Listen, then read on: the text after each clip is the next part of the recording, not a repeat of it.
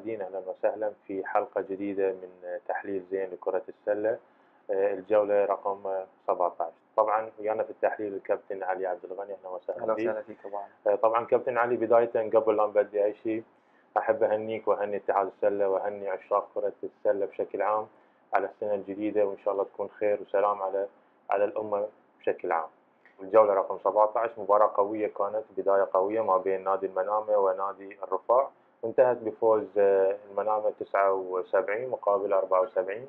مباراة خلت فيها إثارة، وتعطينا رأيك في الجولة دي. بسم الله الرحمن الرحيم. في البدايه ابو علي، مسي عليك وعلى الاخوان، وكل عام وانت طيب والاخوان طيبين، الكره السلاويه، الاسره السلاويه بخير، وينعاد على الجميع بخير وسلام ان شاء الله. ابو علي، المباراه الاولى كانت المنامه والرفاع مثل ما قلت 79 74، فرق 5 نقاط. ابو علي، المنامه يعني فاز بصعوبه بالغه في الامتار الاخيره من المباراه، فوز يعتبر باهت وغير مقنع للمنامه اذا ما قارنا امكانيات المنامه بالرفاع على جميع الاصعده، على مستوى البطولات، على مستوى الخبره، على مستوى اللاعبين. المنامه له الافضليه في هاي الشغله. الرفاع بعد هزيمته من الاتحاد اعتقد عاد الى مستواه المعروف عنه، واستطاع ان يجاري المنامه حتى اللحظات الاخيره من المباراه. الرفاع استطاع ان يسجل في سله المنامه ابو علي 27 نقطه مقابل 22 في الشوط الاول. الشوط الثاني فاز المنامه بواقع 15-9 بعد اجراء التغييرات من قبل الكابتن عقيل ميلاد. نهايه الشوط الثاني انتهى ب 37-36. في الاستراحه يعني توقعنا ان المنامه راح يرجع بقوته المعروفه ويفرض سيطرته، لانه خسر الشوط ب 21-18. الشوط الرابع فاز المنامه 24-17. وبعد خلينا نروح، انا اول ما راح اتكلم عن الرفاع. يعني الرفاع رغم هزيمته الا انه خرج مرفوع الراس بعد الاداء الممتاز الذي قدمه اثناء المباراه. اعتقد ابو علي الاخطاء الفرديه كلفت الفريق نتيجه المباراه. عندهم حوالي 17 تيرن اوفر، وهي نسبه كلش كبيره اذا تلعب بها فريق مثل المنامه. الفريق الرفاع اعتقد دائما يعاني من شو اسمه من التسجيل على مستوى اللوكل. في هذه المباراه فقط سيد صالح مسجل 15 نقطه، وعبد الرحمن غالي 13. المحترف طبعا كعادته دائما يتحمل الجزء الاكبر في المباراه، مسجل 28 نقطه. لو تكلمنا عن اللاعبين الباقين كله على 3 و4 و5 نقاط. يعني من المشاكل اللي تصيب شو اسمه الرفاع اعتقد عدم وجود البديل الجاهز يعني بشكل مناسب. يعني حتى ارقام الرفاع اعتقد في المباراه نسبيا افضل من المنامه، وراح نتكلم عنها في اللحظات الجايه. ابو علي، خلينا نروح الى المنامه. المنامه يعني رغم فوزه، يعني رغم الفوز، بالرغم من فوز المنامه الا انه بقى اللغز محير عموما. مستوى الفريق في ادائه، في جماعيته، في شخصيته كبطل. ما ندري هل نفذت بطاريه الاداء عند الفريق وبدا يعني هزيل جدا على مستوى الاداء. نرجع ونقول انه فوز غير مقنع اذا ما تكلمنا عن المنامه، وبالاضافه في المقابل الرفاع. يعني اعتقد ابو علي يعني الاداء جدا باهت، والجماهير اعتقد لا جماهير المنامه ولا متابعين المنامه غير راضين عن اداء المنامه في هذه المباراه، او على مستوى الفريق مجملا في بشكل عام. يعني ابو علي ممكن انا اتفهم يعني المنامه يسجل 20 30 35 نقطه في شوط، في كوارتر، في اي مباراه بسبب القوه الضاربه اللي عند الفريق. ولكن فريق مثل، مع احترامي الى الرفاع عمره الافتراضي 4 شهور، يسجل على المنامه حوالي 27 نقطه، هاي يعطيك مؤشر ان الفريق في شيء خطا، يعني مش في تقصير بالنسبه الى الديفنس. ابو علي يعني تصور ان المنامه عنده 3 فاول فقط في الكوارتر الاول والكوارتر الثاني. هذا يعطيك دلاله ان الفريق ما اعتقد في دفاع. لو في دفاع ما اعتقد الفريق يحصل فقط 3 فاولز في 2 كوارتر، لذلك مسجل عليهم حوالي 27 نقطه في الكوارتر الاول.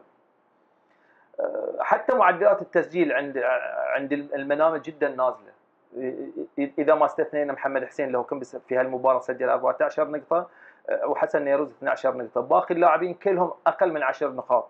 عندك محمد كويد مسجل فقط 8 نقاط، احمد عزيز 5 نقاط، ميثم جميل 6 نقاط، المحترف 20 نقطه فقط. لو رحنا للارقام ابو علي، ترى الرفاع افضل من المنامه. بنقول يعني بالنسبه الى المنامه في الثري بوينت، تتكلم عن الثري بوينت، عندهم 5 من 24 بمعدل 21%. الرفاع عندهم الثري بوينت 8 من 21 بمعدل 38. فتشوف النسبه ايش كثر. بالرغم ان فريق المنامه معظمها شوتر. انت تتكلم عن فريق المنامه، يعني فريق يعني 8 او 9 لاعبين في المنتخب. حتى التيرن اوفر المنامه عندهم 20، الرفاع عندهم 17. الاسيست 17 المنامه و16 الرفاع. حتى محمد حسين شفناه رجع في هاي المباراه وبدا يعني يبين، مسجل حوالي 14 نقطه. بس حتى معدل الثري بوينت عنده جدا نازل، مسجل واحده من خمسه. فهذا يعني مش مستوى محمد حسين اللي احنا تعودنا عليه. دائما الافرج ماله في الثري بوينت، وهو محمد حسين دائما يتميز بالثري بوينت. ابو علي انا اعتقد تابعنا تصريح ميثم جميل شو اسمه بعد المباراه، ورغم التبرير يعني المستوى الفريق في اداء مستوى الفريق، الا ان كلامه غير مقنع. يعني تحس انه في شيء في المنامه يعني مش واضح. ابو علي المنامه منذ بدايه الدوري وهو يعني ما يقدم ما يشفع له كبطل.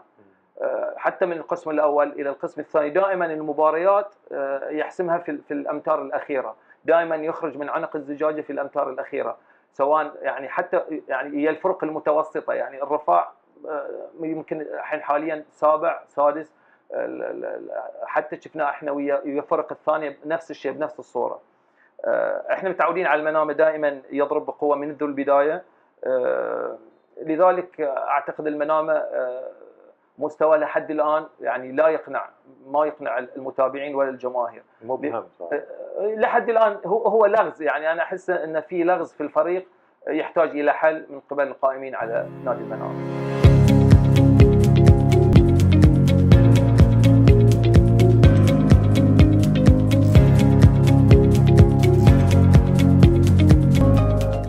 المباراة الثانية بين نادي الحالة ويا نادي الاتحاد، طبعا بفوز الحالة 65 مقابل 54.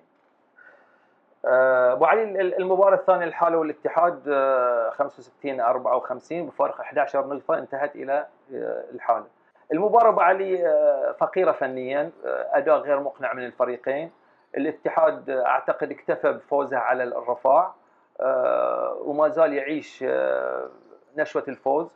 الحالة ما زال غائب تماما عن مستواه المعروف، يعني في تراجع واضح، والمستوى ومستوى اللاعبين يعني تراجع حتى على مستوى اللاعبين. تصور ابو علي ان الشوط الاول والثاني انتهى بنتيجه 26-19. يعني لو تكلمنا شويه عن نتيجه المباراه، هاي النتيجه يمكن حتى على مستوى الناشئين او على مستوى الاشبال ممكن تحصلها موجوده في اكثر من افضل من هاي النتيجه. لذلك كانت المباراه جدا فقيره فنيا، وما توقعت يعني ممكن نوجد العذر الى خلينا اذا وصلنا الى التحليل بالنسبه الى الى الفرق، راح اقول لك الى الفريقين، راح اقول لك شلون بالضبط صار. يعني الاتحاد ابو علي بعد ادائه المميز امام الرفاع وسترة، يعني فاز على سترة حوالي 37 نقطه وفاز على الرفاع، يعني ظهر يعني في هذه المباراه بمستوى جدا عادي امام الحاله، وكان اداءه جدا سيء. يعني لم يوفق الفريق، لم يكن الفريق موفقا تماما في الهجوم، والارقام تثبت ذلك. يعني فقط سيد محمد عنده 18 نقطه والمحترف 21، وباقي اللاعبين اللي احنا تعودنا منهم اللي هو حسن هلال، علي هلال، اكثر من لاعب كانوا يسجلون اكثر من 10 نقاط في هذه المباراه. شفنا فقط 5 نقاط.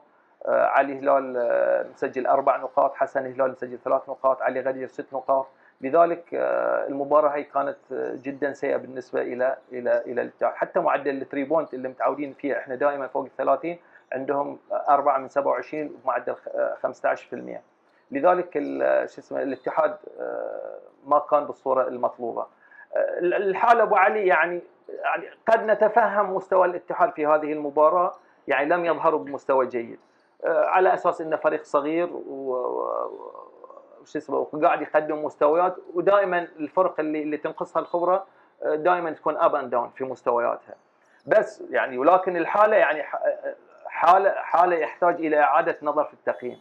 يعني مو معقول فريق فيه اكثر من لاعب هداف، اذا تكلمت عن احمد جمال، عن حسن القراشي، عن حسين سلمان، عن علي جعفر، اكثر من لاعب يكون التسجيل عندهم بهاي المستوى. يعني معدلات التسجيل جدا جدا منخفضه، مو بس في هاي المباراه، حتى على مستوى مباراتهم ويا الودرات اللي فازوا فيها في اللحظات الاخيره. تصور ابو علي ان احمد جمال لاعب 26 دقيقه مسجل فقط نقطتين في هاي المباراه. علي جعفر لاعب 32 دقيقه مسجل فقط 4 نقاط. فالوحيد اللي طلع بصورته او شخصيته هو حسن القراشي اللي مسجل حوالي 16 نقطه، بالاضافه الى المحترف 16 نقطه، وحسن القراشي 21 نقطه. لذلك في شيء اعتقد في الفريق الحالي يحتاج الى الوقوف عليه. انا اقصد حق المباريات القادمه او المباريات المهمه المفصليه اللي بتكون تاهلهم الى المربع. ما ادري ابو علي، هل غياب حسين سلمان له اثر في على مستوى الفريق، رغم انه لعب اعتقد حسين سلمان في الكوارتر الثاني او الثالث. اعتقد اصابته للحين يعاني من اصابه، واعتقد هاي الكابتن احمد جان راح على الريسك بالنسبه الى مشاركه حسين سلمان، لان قد تكون ان يعني انت تفوز بالمباراه ولكن تخسر اللاعب. الحمد لله يعني ان شاء الله ما صارت اي مضاعفات اللاعب، على اساس يقدر يستغله في المباريات القادمه. عموما ابو علي الحالي يعني يحقق دائما الاهم وهو الفوز، ولكن يعني مش كل مره يقولون تسلم الجره. يعني قد تسرق مباراه من فرق الوسط والمؤخره في اللحظات الاخيره، ولكن اعتقد المباريات اللي راح تكون فيها نتيجتها مهمه او مفصليه حق المربع، اعتقد بهاي المستوى الحاله راح يعاني كثير، ونتمنى انه يكونوا يعيدون النظر بالنسبه الى مستوى الفريق. الثاني في المباريات بين سترة وبين البحرين. طبعا هزيمة سترة 81 57. البحرين وسترة يعني 81 57 بفرق 24 نقطة. يعني كانت الافضليه ابو علي للبحرين لوجود محترف عندهم، كان المحترف. سترة محترفهم الجديد وصل الحين حاليا موجود، اعتقد لم يتم تسجيله. يعني ما ندري عن مستواه شلون. كذي ما قدروا انه يلعبونه في المباراه، ما قدروا يلعبونه، يعني كان مبدل يوم الجمعه وما كان اظن حتى الاستغناء اعتقد ما وصل من النادي اللي كان يلعب فيه قبل. مباراة سترة القادمة بتكون مع الودرات، اعتقد راح تتضح الصورة اكثر بالنسبة الى اللاعب. ان شاء الله نتمنى يكون اللاعب هاي افضل من اللاعبين اللي راحوا، اظن 3 أو 4 لاعبين هاي الخامس. ان شاء الله يكون هاي يعني يتوفقون فيه، تكون الامور طيبه. يعني محترف البحرين سجل 32 نقطة في 30 دقيقة، بعد ما يعني البحرين حس ان المباراة بتكون في صالحه وراح يحسم المباراة، سحب اللاعب ماله.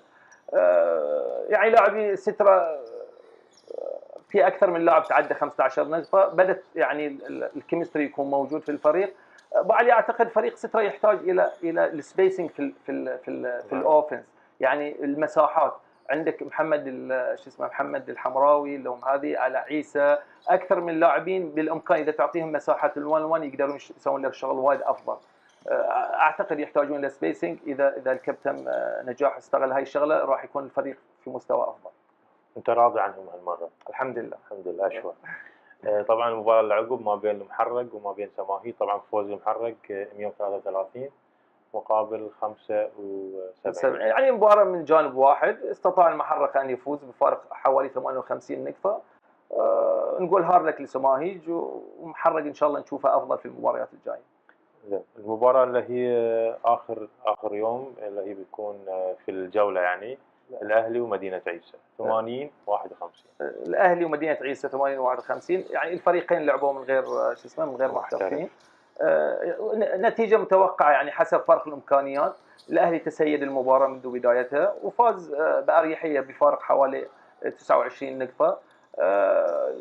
المدينه فريق مجتهد ويقدم مستويات زينه، ودائما نقول انه ينقصه اللاعب المحترف.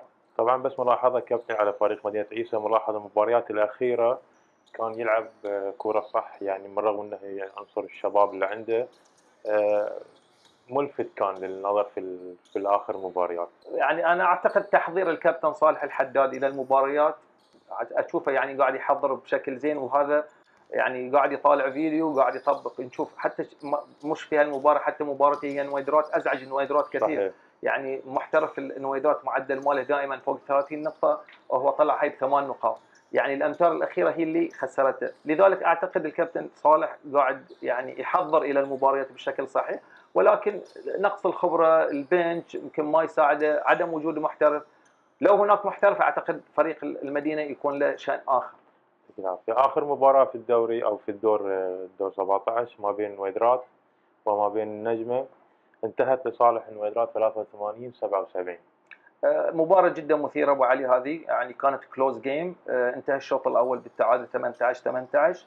الشوط الثاني انتهى لصالح النويدرات 20-13 بعد اداء صراحة متوازن من النويدرات. انتهى الشوط الاول والثاني حوالي 38-31 بفرق 7 نقاط. بعد الاستراحة وتحديدا في الشوط الثالث فاز النويدرات 25-19. الشوط الرابع انتهى لصالح النجمة 27-20. خلينا نتكلم شوي عن النويدرات ابو علي. يعني ابو علي اعتقد النويدرات استحق الفوز عطفا على ادائه وتالق محترف الفريق تحت السله، بالاضافه الى ابراهيم البصري اللي طلع في هاي المباراه مسجل حوالي 23 نقطه. خروج محترف النجمه في الشوط الثالث بالترابل فاول، حوالي عليه 4 فاول اعتقد، اعطى الافضليه الى النويدرات ووسع الفرق الى حوالي 15 نقطه. وكان بالامكان افضل انه يروحون اكثر لو تم استغلال محترف النويدرات تحت السله. يعني احنا شفنا اللاعب النجمه كان برا، ودائما كان في مس ماتش اب. يعني لو تلاحظ انه ما ممكن اي لاعب من اللاعبين اللوكال المحليين يقدر يوقف لاعب بس النويدرات ما استغلوا الوضع، يعني قدروا يروحون فقط فرق 15 نقطه. يعني ابو علي لو تكلمنا عن لاعبين النويدرات، يعني ما زالوا خارج التغطيه في الهجوم. يعني جواد مسجل فقط 5 نقاط، حسن حسين مسجل 3 نقاط، حسن مدن مسجل 7 نقاط. لو تتذكر ابو علي في المباراه اللي قبل دائما كنا نقول ما في دبل فيجرز في النويدرات. في ذيك المباراه كان حسن مدن مسجل اعطى فوق ال 20 نقطه، وباقي اللاعبين اقل من من 10 نقاط. في هاي المباراه طلع لك البصري سجل لك 23 نقطه وباقي اللاعبين اقل من 10 نقاط. لذلك دائما النويدرات يعانون في عمليه التسجيل بالنسبه الى اللوكل. اذا ما وجدوا الحلول الى هاي الشغله راح تكلفهم الكثير اعتقد. في لاعب ظهر ما شاء الله عليه اللي هو احمد حسن رقم 4. اعتقد لاعب شباب، يعني لعب بشكل جيد في المباراه وسجل يعني نقاط مهمه جدا في اوقات صعبه، وسجل حوالي 14 نقطه، اعطت الافضليه الى النويدرات من خلال هاي النقاط. تكلمنا عن عدم استغلال النويدرات بالنسبه للاعب المحترف، خروج محترف النجمه. ابو علي يعني ارقام النويدرات كانت جيده بالنسبه قياسا الى الى الحاله. عندهم عفوا الى النجمه، عندهم في الثري بوينت 11 من 30 بمعدل 37 نقطه، عندهم 18 اسيست. يمكن هاي الفوز ابو علي يعني يعطي طمانينه اكثر الى النويدرات على اساس انه حق السداسي او يروحون الى المربع، لان هزيمتهم اعتقد من الحاله صاروا شويه يعني ضعفت يعني حظوظهم. بس اعتقد فوزهم على النجمه راح يعطيهم اول شيء كونفدنس، ثقه حق المباريات القادمه، بالاضافه الى تحسين وضعهم. بعد خلينا نتكلم عن النجمه. يعني دائما يعني النجمه كان متقلب اب اند داون في المباراه. يعني شفناه في شوط يكون مستوى عالي وفي شوط يكون مستواه نازل. يعني من الاسباب خساره النجمه اعتقد خروج المحترف يعني اثر كثير على مستوى الفريق، واعتقد حتى لخبط اوراق الكابتن رؤوف. يعني هو لاعب حوالي 30 دقيقه مسجل فقط 15 نقطه. حتى اصابه محمد بوعلاي اعتقد كان لها دور. اذا ما كان اصيب، انا ما ادري اصابته شلون بالضبط، هل اصابته بليغه او كانت اصابته عاديه. اذا كان جاهز حق اللعب كان من المفترض انه يلعب من البدايه. احنا شفنا لعب اعتقد في الشوط الثاني او على نص الشوط الثاني لعب. هو لاعب اعتقد اقل من نص ساعه، بعد يمكن 30 دقيقه. لذلك اذا كان اصابه اعتقد يعني يمكن الكابتن يعني خاطر باشراكه في الملعب، يمكن تكون الاصابه اليه. ولو كان جاهز اعتقد يعني ما ادري نسبه الجهوزيه بالنسبه اليه كم، بس ما كان في الفورمه، يعني مسجل فقط 9 نقاط. ابو علي لو تكلمنا يعني بالنسبه الى الشوط الرابع وتحديدا في الدقائق الاخيره يعني كان النجمه بامكانه ان يفوز. يعني لو لاحظ ابو علي في اخر شيء كانت يحتاجون الى الثري بوينت. النجمه يعني يحتاج الى اكثر، كان في هالفتره يحتاج الى اكثر من شوتر. يعني شفنا فضل برا، شفنا حسين تقي برا، قاسم كان موجود يمكن له فاعليه ويمكن من افضل المسجلين الى الفريق حوالي 17 نقطه اظن مسجل. بس في هاي الوقت كنت تحتاج الى بيور شوتر اكثر. احنا قاسم نعرفه فايتر وبدت يعني نسبته في الثري بوينت تكون زينه، بس لحد الان ما وصل الى المرحله اللي ممكن يكون في اوقات من الاوقات تحتاجه حق الثري بوينت. يعني اعتقد ابو علي كان يحتاج اشراك اللاعب علي جابر اللي هو رقم 10 للشباب. اذا ما عرف لان ابو علي كان مصاب، يعني مثل ما قلنا مسجل فقط 9 نقاط. الولد في احد المباريات في القسم الاول سجل له حوالي 9 نقاط في اوقات جدا حرجه.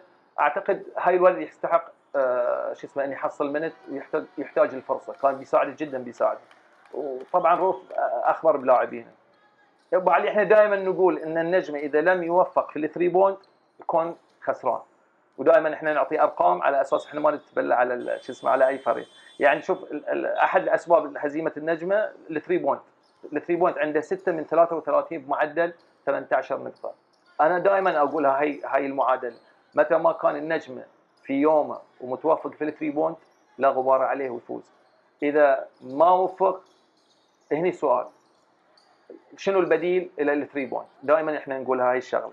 حتى على مستوى ابو علي الفري ثرو، يعني هم اظن 7 نقاط مهزومين، هم شايتين 26 مسجلين 13 في الثري بوينت بمعدل في الفري ثرو بمعدل 50% فقط. يعني ممكن نتفهم الثري بوينت مثلا مو متوافقين بشغله معينه، بس بالنسبه الى الفري ثرو يعني المعدل جدا نازل. من المفترض الطبيعي يكون 80% او فوق. حتى الاسيست عنده شو اسمه معدل اعتقد كان 10 اسيست عنده.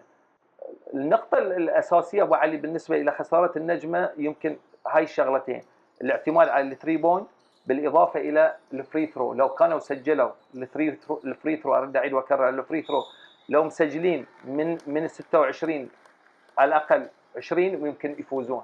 وايد مضيعين. النجمه ما اقول دش منطقه الخطر، ولكن عليه ان يفوز في المباريات المتقدمه. انا سمعت مقابله ويا الكابتن رؤوف وقال ان ما زال الامل موجود. الامل موجود، اكيد الامل موجود، ولكن انت لازم ما تخسر من الفرق اللي تنافسك على الدخول السداسي، ومن ضمنها فريق النويدرات. يعني لازم يفوز على النويدرات، لازم يفوز على الحاله، لازم يفوز على الاتحاد. في الفرق هذه لازم يفوز عليها على اساس يضمن ويقدر يسرق مباراه من الفرق الكبيره على اساس يضمن الدخول للسداسي. كابتن تلاحظ وياي ان اللاعب رقم 9 مال النجمه اللي هو عباسي اظن او علي عباسي، اول ما بدا الموسميه النجمه كان طلع بصوره طيبه، حاليا انا اشوفه مختفي، يعني ما له دور نفس اول ما لعب او اول ما بدا الدوري. تشوف ذا الشيء؟ هو عباس ما شاء الله عليه لاعب اكتف واحنا شفناه، يعني له ادوار جدا مميزه.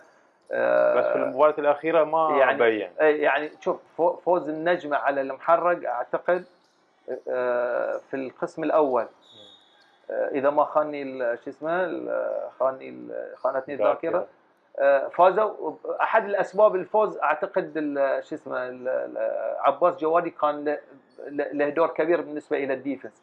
يمكن عمليه الكابتن رؤوف توزيع الادوار بالنسبه الى لاعبينا تعتمد من شخص الى اخر. احنا نشوف اذا يكون شو اسمه ابو علاي موجود هو يتحمل الجزء الاكبر، اللاعبين الباقيين يكون لهم الاوبشن سكند اوبشن او ثيرد اوبشن. توزيع الادوار يعتمد على المدرب، شنو انا اعطي اللاعب اهميته، متى يستلم الكره، هاي يعتمد على المدرب.